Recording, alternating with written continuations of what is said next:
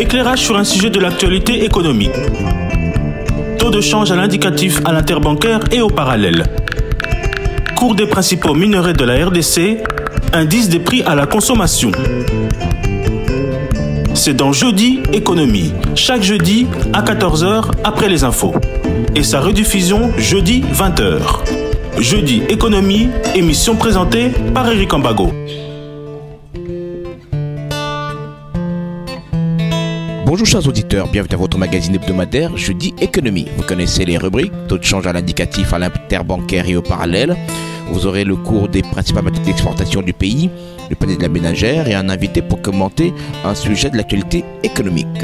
Commençons par le taux de change. Béro Matanda, bonjour. Bonjour Eric Ambago. Quelle est la parité aujourd'hui franc-congolais principale devise étrangère ? La parité franc-congolais principale devise étrangère à l'indicatif se présente comme suit. Un dollar américain vaut 2841,0609 francs congolais. Un euro équivaut à 3088,4210 francs congolais. Un franc CFA égale à 4,7083 francs congolais. Et un rand sud-africain vaut 152,8688 francs congolais. Au marché parallèle, un dollar américain équivaut à 2865 francs congolais, 1 euro vaut 2882 francs congolais et 1 franc CFA vaut 4,1 francs congolais. Et quel est le cours des principales matières d'exportation du pays ? Voici le cours des matières premières. La tonne du cuivre a enregistré encore une baisse. Elle coûte 8714,65 dollars américains contre 9046,54 dollars américains la semaine dernière. Le coût de la tonne du cobalt a encore enregistré une légère baisse, Eric. Il revient à 26 131 dollars américains contre 26 293,62 dollars américains il y a une semaine. L'once d'or est vendue à partir de 2385,80 dollars américains contre 2398,62 dollars américains la semaine passée. Le baril du pétrole revient à 75,41 dollars américains contre 77,45 dollars américains il y a une semaine. Une tonne de cacao est vendue à partir de 8223 dollars américains contre 8286 dollars américains la semaine dernière. Merci Béro Matanda, on se retrouve avant la fin de l'émission pour le panier de la ménagère. C'est une loi promulguée par les États-Unis en 2000. Elle a aboli les droits d'importation au pays de l'oncle Sam des milliers de produits fabriqués en Afrique. Il s'agit de l'AGOA, African Growth Opportunity Act, loi sur la croissance et les opportunités économiques en Afrique. Alors quels sont les avantages de cette politique pour la population congolaise ? Jeudi Économie reçoit pour vous un professeur en économie. Professeur Godet-Poy, bonjour. Bonjour Eric. Pourquoi cette loi a été mise en place par les États-Unis d'Amérique ? Lorsque vous regardez l'évolution actuelle du monde, la montée de l'économie chinoise est en train de mettre un peu les États-Unis en ballottage défavorable. C'est ainsi que, lorsque chaque superpuissance se rend compte qu'il est en train de perdre une grande partie de son influence, chacun doit chercher des alliés. Nous sommes en mai 2000 lorsque les États-Unis vont chercher à approfondir encore leurs relations économiques avec l'Afrique, parce que vous aurez remarqué que dans la plupart des cas, les États-Unis ne s'intéressaient plus aux investissements en Afrique et consorts, et ils vont estimer que la meilleure façon d'appâter les États africains, c'est faire beaucoup d'alliés, c'était de leur accorder certains privilèges. Et contrairement au principe du droit international qui impose la réciprocité comme règle d'or en matière de relations diplomatiques et même commerciales, les États-Unis vont prendre cette initiative unilatérale en opérant un désarmement douanier en faveur des États de l'Afrique. Je préfère qu'il s'agisse de l'Afrique subsaharienne. Que l'Afrique subsaharienne, pourquoi ? Ah oui, parce qu'on considère que le Maghreb a pratiquement le même statut que certains pays européens et il fallait soutenir les plus faibles. Et évidemment, vous allez voir que à l'époque, c'est l'Afrique du Sud qui était encore la meilleure économie de l'Afrique subsaharienne et elle-même a été parmi les plus grands bénéficiaires de cette initiative, tout simplement parce qu'ils ont beaucoup de biens à proposer ou à offrir aux Américains, notamment dans les domaines agricoles. Et à peine les États-Unis prenaient cette initiative-là, vous avez vu également la Chine vers le mois d'août bondir avec le FOCAC, donc le forum Chine-Afrique. Et du coup, ce qu'on peut retenir de cette mesure, c'est que ça permet aux États africains aujourd'hui de présenter leurs marchandises sur le sol américain. Donc c'était une stratégie américaine pour contrer l'avancée de la Chine sur le continent africain. C'est ce que les Américains gagnent. Observez bien, aujourd'hui, pratiquement, c'est maintenant que les États-Unis sont en train de chercher à retourner en Afrique. Aujourd'hui, déjà conquise par la Chine, ils avaient eu cette idée-là pour obtenir la sympathie des États africains. C'est cela aussi, là, j'ai du droit international. Et voilà, les États qui ont notamment le pétrole, comme le Nigeria, ceux qui ont l'agro-industrie suffisamment développée, comme la Côte d'Ivoire, on peut en profiter pour conquérir dans une certaine mesure les marchés très difficiles des Américains. Et la RDC adhère à l'AGOA. En fait, on n'adhère pas à l'AGOA. C'est ça la nuance qu'il faut faire. Contrairement aux organisations internationales, régionales ou sous-régionales, au niveau de l'AGOA, on n'y adhère pas. On y est éligible. Parce que les États-Unis, lorsqu'ils mettent en place ces dispositifs, ils vont également établir eux-mêmes les critériums. Donc, c'est essentiellement la bonne gouvernance et les droits de l'homme. C'est ainsi que vous allez remarquer que depuis 2010, la République démocratique du Congo a été exclue de ce système, tout simplement parce qu'on considérait qu'on ne respectait pas trop les droits humains chez nous. C'est seulement en 2020 que la RDC a été réadmise. Que gagnent les États-Unis dans ces facilités dans le commerce? C'est gagnant-gagnant. Mais oui, les gens doivent comprendre déjà que les Montesquieu disaient que l'effet naturel du commerce était de porter à la paix. Donc aujourd'hui, ou bien depuis pratiquement 1950, l'année à laquelle la Chine a commencé à se réveiller, elle va rejoindre les jurons de l'Organisation mondiale du commerce en 2001. Donc la Chine était en train de constituer une menace sur la superpuissance des États-Unis. Et ailleurs, les gens réfléchissent, ce n'est pas comme chez nous ici où nous faisons généralement des choses à l'emporte-pièce. Ailleurs, les gens anticipent. Même si la production africaine, parce que ceux qui connaissent la charpente du commerce international savent que l'Afrique ne contribue au commerce mondial juste à la hauteur de 2,8%. Donc lorsqu'il faut prendre les 8 milliards d'habitants, donc c'est-à-dire que beaucoup de gens ne consomment pas les biens africains. Et lorsqu'on parle de ces 2,8%, on y trouve également les Maghreb. Donc, s'il faut prendre seulement l'Afrique subsaharienne, vous allez voir que nous sommes autour de 2 ou de 1,9%. C'est ce qui fait que, normalement, sur le plan strictement économique, les États-Unis n'avaient pas besoin de ces produits africains pour protéger leurs consommateurs. Mais comme vous le savez, lorsque vous faites les relations internationales, on ne gagne toujours pas en termes de chiffres. Mais on peut également gagner en termes d'alliance. Donc, je sors un peu des rangs. Lorsque vous voyez la Chine chercher à conquérir toute l'Afrique, ce n'est pas seulement pour des raisons économiques, mais la Chine est en train également de chercher beaucoup d'alliés par rapport à la question taïwanaise. La RDC a réintégré l'AGOA, mais la RDC importe pour près de 3 milliards de dollars de produits de première nécessité. Elle exporte très peu en dehors des ressources minières. Qu'est-ce que la RDC gagne en ce qui concerne l'AGOA, puisqu'elle ne produit pratiquement rien?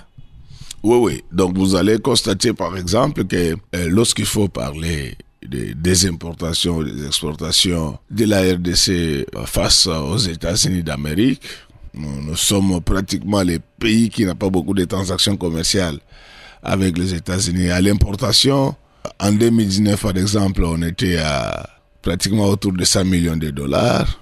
C'est seulement l'année passée qu'on est arrivé quand même à 223 millions de dollars des importations. Mais à ce qui concerne les exportations, c'est catastrophique.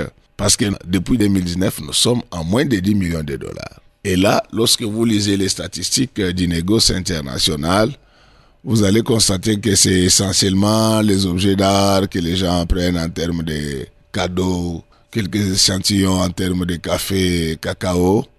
Et de ce côté-là, nous n'avons pas beaucoup de choses à proposer aux États-Unis. Mais il y a une additionnalité des compétences de l'AGOA, c'est qu'au-delà de l'élément nodal, qui est le désarmement douanier, chaque président américain propose toujours un deuxième point à l'ordre du jour qui tient compte de la conjoncture pour être soumise aux conjectures.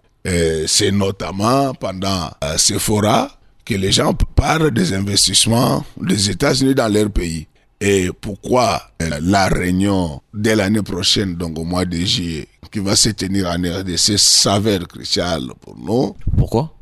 C'est que même si nous n'avons pas de biens à proposer maintenant à la consommation des Américains, ça serait une occasion pour nous de faire du lobbying commercial pour demander aux Américains de comprendre qu'aujourd'hui, les potentiels pétroliers, parce que les Américains et le pétrole, c'est comme la ceinture et les pantalons. Donc, ils comprennent qu'aujourd'hui, la République démocratique du Congo est en train de découvrir aussi sa puissance en hydrocarbures. Le potentiel, c'est 22 000 milliards de barils. Pourquoi ils ne peuvent pas chercher à venir aussi également, par le truchement de leurs entreprises, venir exploiter ce pétrole? Les États-Unis ne sont pas informés des richesses de la RDC. C'est ce forum qui va donner plus d'informations? Ils sont plus qu'informés en ce domaine-là, mais c'est à nous maintenant de faire le lobbying. Parce qu'en fait, pour que les liens commerciaux se nouent, il faut qu'on puisse retrouver une certaine rencontre d'intérêt. C'est-à-dire? Oui, il faudra que les États-Unis y trouvent également de l'intérêt. Et nous, quel est l'intérêt pour nous d'insister afin que les Américains viennent investir non seulement dans le secteur pétrolier, mais aussi du lithium? C'est tout simplement parce que j'étais en train de vous le dire tantôt, que Montesquieu disait que l'effet naturel du commerce est de porter à la paix. Donc nous sommes en guerre, et aujourd'hui la nouvelle géopolitique est en train de jouer en notre faveur, donc sur le plan international bien sûr. Vous avez constaté que si les États-Unis avaient lâché Mobutu et partant les haïr en provoquant la guerre à laquelle nous faisons face, c'était tout simplement à cause de la fin de la guerre froide. Les États-Unis, se trouvant dans une situation monopolaire, avaient estimé qu'ils n'avaient plus rien à gagner en continuant à soutenir les Zaïre. C'est ainsi qu'ils avaient décidé de remettre le pouvoir entre les mains des Anglo-Saxons. Ce que je dis là, c'est canonique et technique. Et rien d'autre.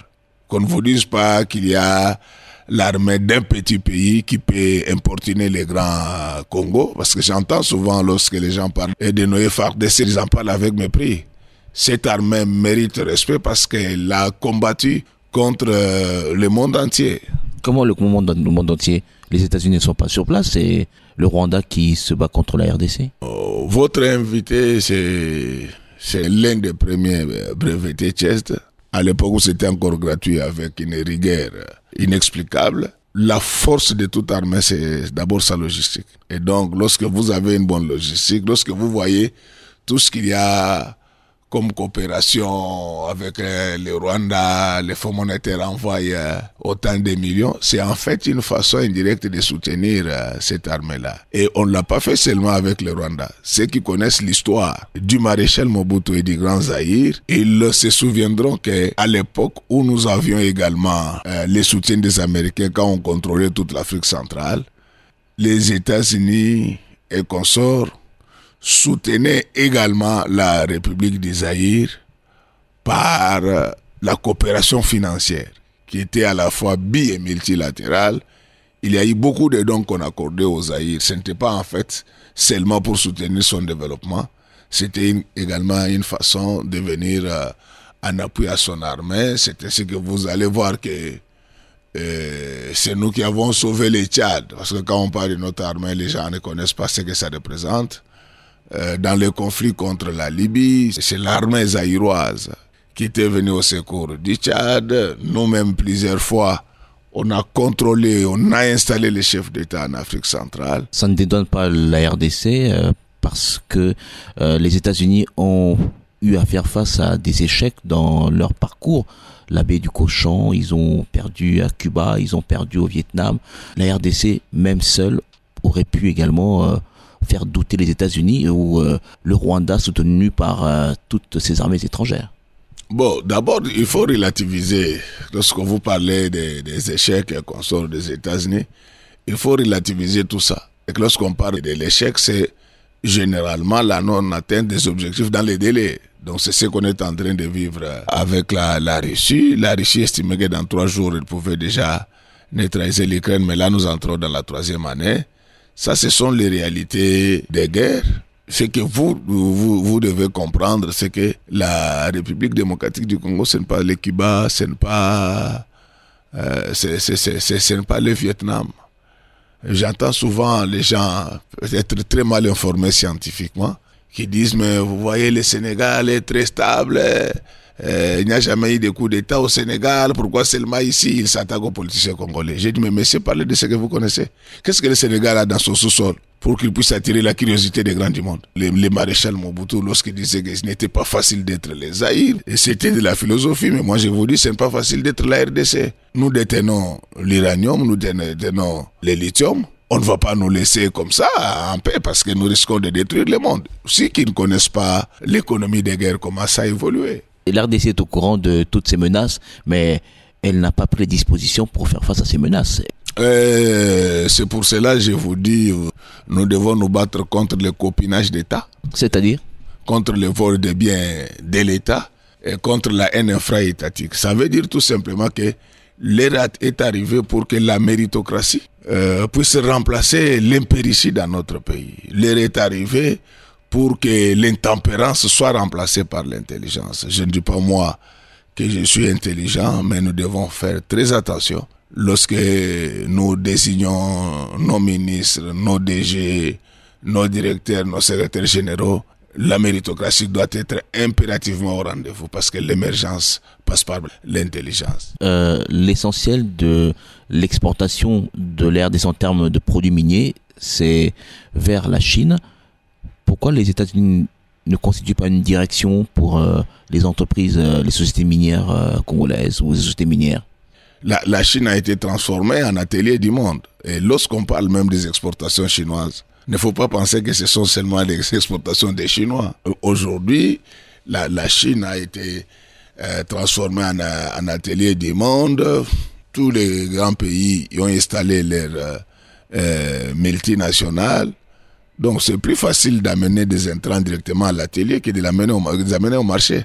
Il y avait TFM ici à l'époque qui était la plus grande mine de RDC. TFM est parti et a vendu à la Chine ces MOC qui aujourd'hui est en train de gérer dans cette partie du sud du Haut-Katanga.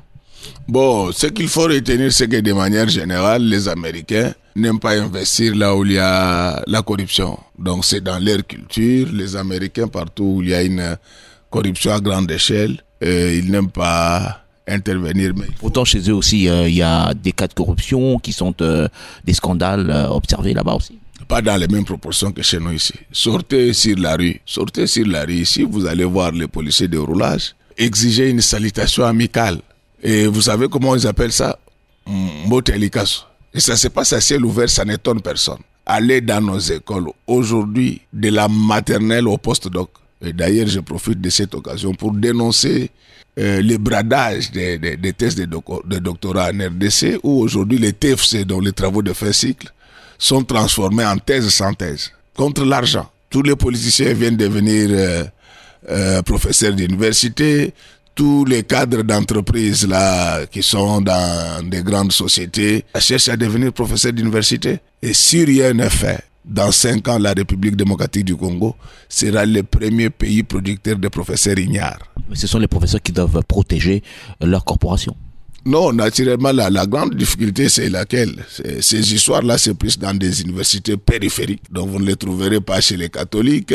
À l'université de Kinshasa, c'est dans des proportions quand même assez limitées. Mais ce sont ces universités périphériques. Ce sont elles qui engagent des diplômés de l'Internet. Donc, aujourd'hui, lorsque dans notre corps professoral, il y a au moins Au moins 50%, ce sont des gens qui ont acheté leur titre de docteur sur Google. Ça se passe comment? On crée une université pirate qui n'est pas reconnue aux États-Unis, ou bien si elle existe aux États-Unis ou en Angleterre, c'est en fait l'école des centres évangéliques qui n'a rien à voir avec l'enseignement supérieur universitaire. Les gens achètent ce titre de diplôme-là et se font nommer professeur. C'est ça la pratique. On va au Canada. Il y en a même qui n'y vont pas. Il y en a même à qui on vient décerner des diplômes ici par des universités dites américaines. Mais c'est faux. Ces universités-là n'existent ni au Japon, ni au Canada. Mais ce sont des trucs virtuels fabriqués pour les besoins de la cause. Et du coup, ça détruit notre système éducatif. Et là, je voudrais attirer l'attention de notre gouvernement pour dire que c'est très simple d'améliorer aujourd'hui les conditions de vie des vrais professeurs. Il y en a. Le vrai professeur est les grands. Comment on fait?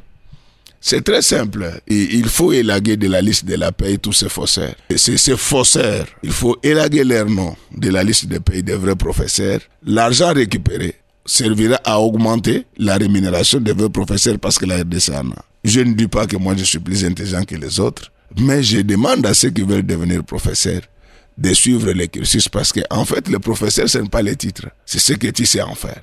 Et non seulement que ces gens doivent être élagués de la liste des payes, ils doivent faire l'objet de poursuites judiciaires. Lorsque vous tuez le système éducatif de votre pays, sachez que vous avez cessé d'être compté parmi les États. Ça a des répercussions sur la vie socio-économique de notre pays. Professeur, parlons de l'AGOA. Quels sont les avantages pour la République démocratique du Congo?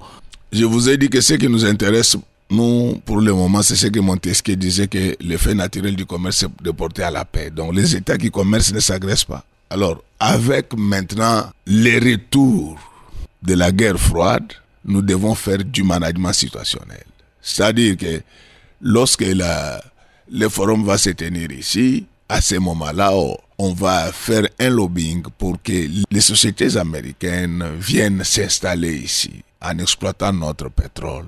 Avec nous, bien sûr, en exploitant notre lithium. L'économie fonctionne sur base des principes, notamment celui des avantages comparatifs. Lorsque vous voulez avoir une unité de production de batteries de véhicules électriques en République démocratique du Congo, vous allez voir que les coûts est moins cher et c'est autour même d'une trentaine de millions de dollars. Lorsque vous voulez le faire aux États-Unis, c'est autour de 115 millions de dollars. Mais pourquoi ils ne peuvent pas venir installer leurs usines là, ici, comme ils l'ont fait avec les Chinois? Parce qu'en économie d'entreprise, comme en stratégie des grands groupes industriels, l'installation d'une usine dans un pays dépend de deux proximités.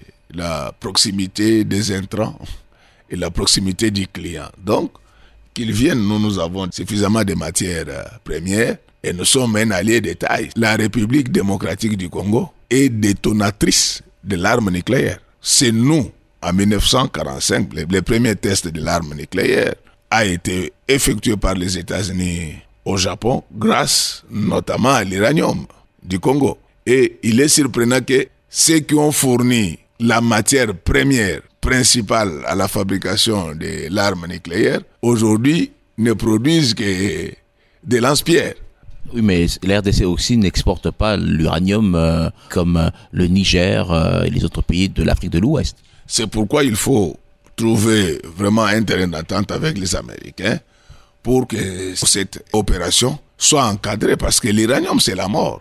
Alors, dans cet environnement concurrentiel, où plus de têtes en armes nucléaires sont contrôlées par la Russie, donc les Américains ont intérêt à être en bonne intelligence avec ceux qui ont des réservoirs importants et de ces minéraux hyper stratégiques. Ils ont intérêt d'être en bonne intelligence avec nous qui détenons du lithium. Et voilà ce que nous pouvons gagner, profitant bien sûr du contexte actuel. On cherche plutôt la croissance économique. Vous êtes plutôt focalisé sur la défense nationale. On pense à des investissements importants pour que l'économie de la RDC puisse devenir encore florissante. Mais l'argent n'aime pas le bruit des bottes. L'armée fait partie des éléments fondamentaux qui soutiennent la croissance économique de l'État. Regardez même sur le plan microsociologique. Lorsque vous trouvez quelqu'un qui n'a pas de moyens, donc lui, il peut dormir même sans porte. Personne ne viendra prendre quelque chose parce qu'il n'y a rien. Lorsqu'il commence à gagner un peu d'argent, la première des choses, il va mettre la porte. Quand ça évolue, il finira par avoir une sentinelle. Et donc l'armée, au-delà de sa mission sécuritaire, c'est le vrai outil qui soutient la croissance économique. Pourquoi les activités économiques sont perturbées dans l'est du pays? Donc nous avons intérêt à développer notre armée et en faire participer à la croissance. Lorsque le monde apprendra qu'aujourd'hui la RDC commence aussi, par exemple, à développer une arme nucléaire, personne ne va jouer. Poutine n'a pas la même puissance économique que les Américains. Mais pourquoi il est l'enjeu plus que les bébés? Parce qu'on sait que si vous l'embêtez dans sa pauvreté, mais il peut détruire une bonne partie du monde. La RDC qui ne produit quasiment rien, l'AGOA, à ce stade, aujourd'hui, n'est pas avantageux pour la population congolaise. Non. Mais je vous ai dit que lorsque vous entrez en coopération avec les États-Unis en cette période de trouble, il faut comprendre comment la vie internationale fonctionne. Vous savez que nous avons eu des concurrents à ce qui concerne l'organisation de ces forums. Parmi les concurrents, il y avait notamment nos agresseurs. Et lorsque vous voyez les États-Unis choisir la République démocratique du Congo, sur le plan des relations internationales, c'est tout un message. Je le disais depuis longtemps que la guerre qui se vit dans l'est du pays avait besoin d'une arme, d'une bombe économique et non d'une bombe atomique. C'est-à-dire? Aujourd'hui, nous sommes sur le point de l'emporter. Donc, en proposant mieux aux Américains. On propose quoi aux Américains? Mais nous proposons notre pétrole, nous proposons notre lithium. Mais ça sort de manière illégale à partir de l'Est et les multinationales préfèrent ce type de commerce. Les Américains sont en train d'imposer le cessez-le-feu. Donc c'est fini pour les Rwandais. Ça peut prendre quelques temps, mais les monopoles du Rwanda dans l'espace des Grands Lacs, sur la RDC, c'est fini. Je vous ai dit que cette situation a été provoquée par la fin de la guerre froide. Maintenant que la guerre froide revienne, les États-Unis sont dans l'obligation de revenir en RDC comme à l'époque de Mobutu. Pourquoi ils n'utiliseraient pas les anglo-saxons pour faire face à cette guerre froide? Ils le font, le BRICS va prendre leur place en République démocratique du Congo. Et ils n'ont aucun intérêt à le faire. Le forum de l'année prochaine, le forum AGOA qui se tiendra au Congo, ça permettra de faire plus de publicité que n'a fait le chef de l'État en 2019. Nous y étions aux États-Unis où le chef de l'État s'est déployé pour vanter la RDC, mais au finish, après 2019, pas d'investissement américain au Congo. Ah mais je sais, lorsque vous voyez les Américains venir organiser une manifestation chez vous, c'est que vous devenez un État fréquentable. Le développement des États d'abord, ça se fait à moyen et long terme. Donc au-delà de ce que nous allons obtenir, tenant compte de la géopolitique et de la géoéconomie actuelle, ces forums sont pris en charge par les États-Unis.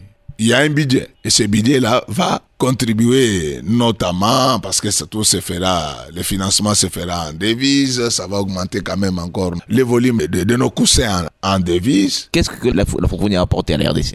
Mais la francophonie a apporté beaucoup de choses. Pour les gens qui ne le savent pas, la francophonie n'a jamais été financée par la République démocratique du Congo. Les 320 millions de dollars dont a parlé le ministre des Finances de l'ancien, c'est le Congo, c'est la France qui a débloqué. Ne faisons pas de l'amalgame. Donc, il y a des infrastructures là qui relevaient de la RDC, mais les budgets de la francophonie a été et a toujours été pris en charge totalement par la francophonie elle-même. Et je vous donne le mode opératoire. Les États préfinancent et après les activités, la francophonie vient faire le constat de toutes les dépenses engagées et on vous rembourse. C'est nous qui avons gagné, passé aujourd'hui par les stades Tata Raphaël. Vous allez voir comment c'est devenu beau. Quel impact sur la population, le vécu quotidien de la population? Ah, mais voilà, ça c'est très surprenant ça. Ah, donc c'est-à-dire que lorsque la population fréquente ces infrastructures-là, donc elle ne profite de rien. Aujourd'hui, nos athlètes sont capables de développer leurs aptitudes. Donc vous voulez nous faire croire que la RDC n'a rien profité de la francophonie. D'après vous, quand vous organisez la francophonie, on doit amener les foufous chez vous. En termes économiques? Mais en termes économiques d'abord, nous avons bénéficié de cette enveloppe de plus de 60 millions de dollars. C'est une goutte d'eau dans la mer. Oui, vous minimisez tout. Vous pensez que 63 millions, c'est rien. Mais passer par le stade des martyrs, les infrastructures d'un État rentrent dans son capital physique. La francophonie a permis à la RDC d'augmenter son capital physique. Et ça a fait venir combien d'investisseurs, la francophonie? Ne confondez pas la francophonie avec AGOA. Il y a eu des visiteurs qui sont venus au Congo, certainement des opérateurs économiques qui sont venus également pour voir, tester. Ils ont rencontré des Congolais. Voilà. D'après vous, on vous a dit que l'économie, c'est seulement les cobalt et les cuivres. Le tourisme fait partie de l'économie. Les séjours de toutes les délégations qui étaient ici ont contribué au PIB de la RDC. On a des chiffres? Pour la compréhension de vos nombreux et très respectés auditeurs, lorsque vous voulez calculer les PIB, rien que par l'approche dépenses, la première variable, c'est la consommation. Et ces gens, ces délégations qui étaient ici, qui étaient en train de consommer, mais ils ont contribué à l'augmentation de notre PIB.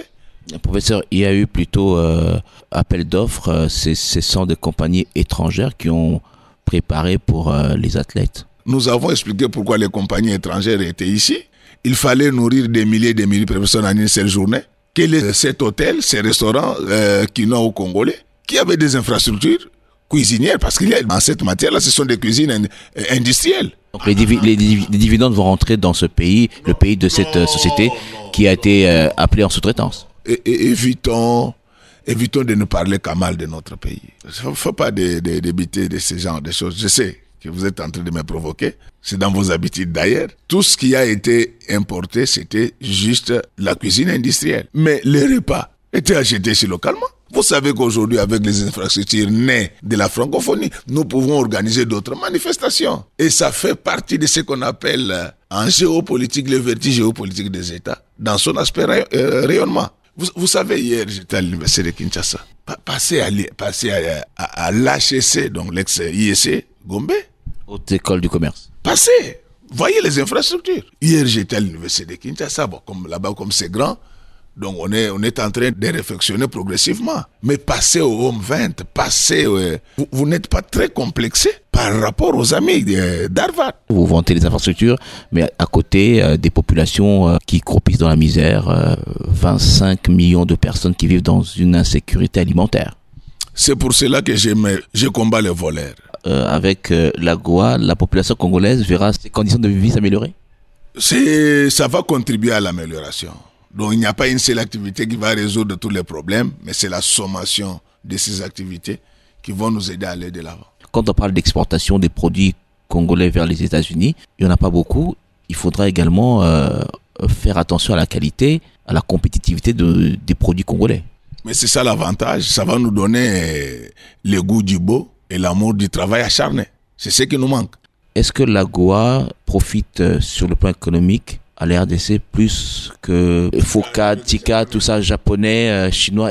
Non, les États-Unis ne posent pas de mauvaises conditions. Les Américains, dans leur culture, ils n'investissent pas dans un pays où les vols et la corruption sont négligés. C'est dans leur culture, il ne faut pas changer. Donc si les Chinois viennent, ils disent, bon, laissez ces voleurs-là tuer leur propre pays, des Américains. Maintenant qu'ils sont en train de revenir par la grande porte, les grands gains que nous aurons, c'est la fin de la guerre. Je vous dis, c'est fini avec cette histoire ici. C'est la conjonction de plusieurs événements, bien sûr. Donc, c'est fini avec les agresseurs. Maintenant, c'est à nous de nous organiser.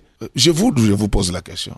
Vous cherchez toujours à responsabiliser les Américains. Ceux qui volent l'argent de l'État ici, ils donnent combien à Joe Biden? C'est nous-mêmes, donc, les Américains, dans leur culture, ils ne traitent jamais avec les voleurs. C'est dans leur culture, vous n'allez pas les changer. Et si les Chinois viennent, ce n'est pas parce qu'ils nous aiment. La Chine est en train de conquérir l'Afrique aujourd'hui, tout simplement parce que son économie est très énergivore. Ils sont en quête des ressources naturelles, notamment le pétrole. Et sur le plan diplomatique, ils ont besoin de beaucoup d'alliés pour régler la question taïwanaise. C'est à nous. En fait, les seuls sorciers qui envoûtent la RDC aujourd'hui, c'est les vols. Je ne dis pas qu'il faut inventer des trucs contre les gens. Nous, tout ce que nous disons, c'est étayé. Et quand nous avons commencé, les gens croyaient qu'on jouait. Mais j'ai allumé un feu que personne ne saura plus éteindre. Et ça, il faut le reconnaître. Je suis le détonateur de la lutte contre la corruption. Et moi, je le fais au propre comme au figuré. Par ceux qui crient les jours et la nuit, ils se partagent l'habitat avec les voleurs. Je rappelle que notre invité, c'est le professeur Godé-Poy. Professeur, avec vous, nous allons suivre le panier de la ménagère avec Béro Matanda. Les prix des produits de base sont vendus de la manière suivante sur le marché. Un sac de semoule de 25 kg coûte 46 000 francs. La mesurette écolo coûte 3 000 francs congolais. Un sac de cossette de manioc varie entre 80 et 150 000 francs congolais. Un seau de cossette de manioc coûte 17 000 francs. Une mesurette écolo de maïs est à 2 000 francs congolais. Un sac d'haricots coûte 220 voire 250 $ américains. La mesurette ou copo varie entre 2 500 et 5 000 francs congolais. Un sac de farine de froment de 50 kg coûte 230 000 francs congolais.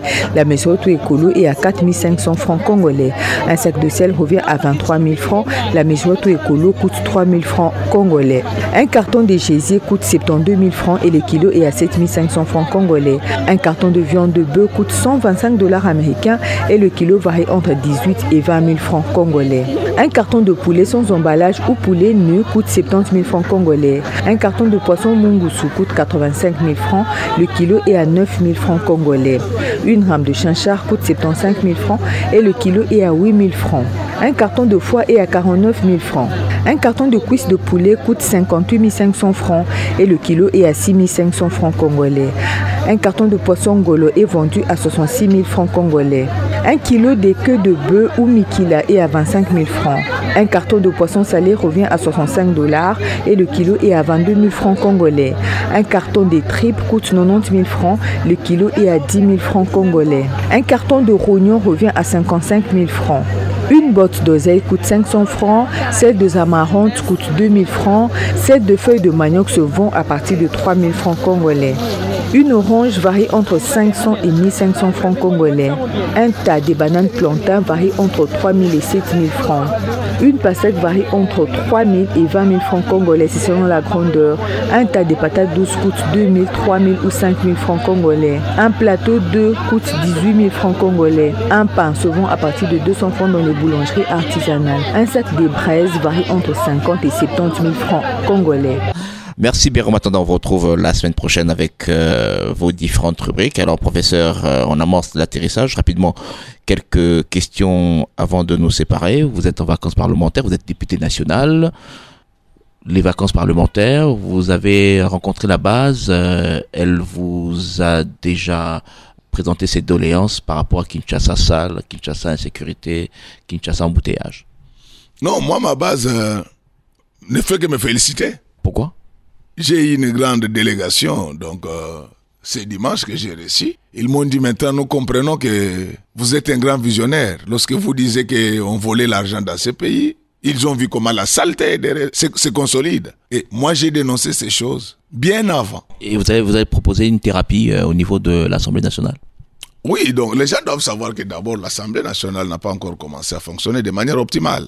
Depuis l'élection de notre bureau, l'Assemblée nationale n'a pas encore de commission permanente. C'est à la rentrée, avec les commissions, que le travail va commencer. Vous allez interpeller tout le monde, tous ceux qui seront sur votre chemin.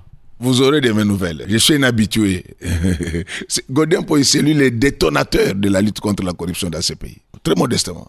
Je suis content que le fait que j'ai allumé aujourd'hui est en train de faire des émules. Et j'en détiens les secrets. Vous allez proposer vos recettes au gouvernement de Kinshasa. Moi, quand je quitte un poste, j'oublie tout ce qui s'y passe. Donc aujourd'hui, je suis concentré sur la vie nationale. Les jours où les gens auront besoin de nos conseils, ils auront ça. Mais moi, ce qui m'intéresse aujourd'hui au niveau de la ville de Kinshasa, c'est ce que j'ai commencé. Grand marché, Métrokin, l'assainissement avec les tirs. Le marché central, ça va démarrer cette année ou l'année prochaine ? Je viens de recevoir les dernières images du grand marché. Les travaux sont déjà achevés. Comment on met fin au phénomène Kuluna ? J'ai proposé des petits trucs quand j'étais à la tête de la ville de Kinshasa. Qu'on me ferme les points de vente de chanvre, qu'on me ferme les points de vente de produits alcool surdosés. Et comme vous le savez, donc les questions sécuritaires sont gérées sur le plan national. Maintenant qu'on est sur le plan national, nous allons voir les VPM intérieurs. Donc, dès qu'on ferme les points de vente de chanvre, de produits alcooliques surdosés, déjà on aura réglé au moins 50% du problème. Et après, c'est à la police de faire son travail. Vous êtes pasteur, il y a eu des rappels du ministre de la Justice pour que les églises puissent se conformer à la loi. Aujourd'hui, ça se passe bien, Il n'y a plus d'agitation comme on l'avait observé. Bon, je vous ai toujours dit que moi, je ne veux pas parler du ministre de la Justice dans les médias parce que chaque fois que je veux parler avec lui, il trouve du temps pour m'écouter. Nous sommes en ordre depuis que nous avons créé notre église. Nos affiliés, c'est pareil. Tout ce que j'ai demandé, c'est que nous restons dans la loi. C'est bien, donc nous pouvons avoir de bonnes idées, mais lorsque ça ne se trouve pas dans la loi, je pense que ça va créer quand même des petits soucis. Mais sinon, je suis d'accord avec le ministre de la Justice pour qu'on mette de l'ordre dans notre filière, mais nous devons rentrer tous dans la loi. Je me suis interrogé. L'idée d'avoir une distanciation de 500 mètres est très bonne. Mais le fondement légal, c'est trop faux. Nous apprécions ça. C'est pourquoi dans nos échanges, nous en tant qu'au Conseil DIC, nous irons rendre visite à notre ministre pour le féliciter et essayer de discuter avec lui sur les fondements légaux de certaines mesures. Lorsqu'on dit par exemple que le pasteur doit avoir le permis d'exercice, c'est une bonne idée, c'est d'ailleurs à l'avantage du pasteur. Mais le fondement légal, ce permis-là, seulement que ça aura un coût. Mais il faut rentrer dans la fiscalité, vous verrez qu'il n'y a pas des actes générateurs prévus en droit fiscal pour ce genre d'opération. Donc, ça sera notre modeste contribution, mais sinon pour le reste, je félicite le ministre de la Justice. Je rappelle que notre invité, c'était le professeur Godefroid, il est député national, il est pasteur. Professeur, merci d'avoir répondu une fois de plus à l'invitation de Jeudi Économie. Non, c'est moi qui vous remercie, même si faire une émission avec vous, c'est comme si on soutenait encore notre thèse de doctorat. Merci, j'apprécie ce que vous faites, j'apprécie Top Congo. Demeurez objectif et vous allez voir ce qui va se passer à la suite. Merci professeur, merci à Miguel Mena, le réalisateur, merci à vous chers auditeurs. Vous pourrez suivre cette émission sur notre page Facebook Jeudi Économie avec Eric Ombago. À très bientôt.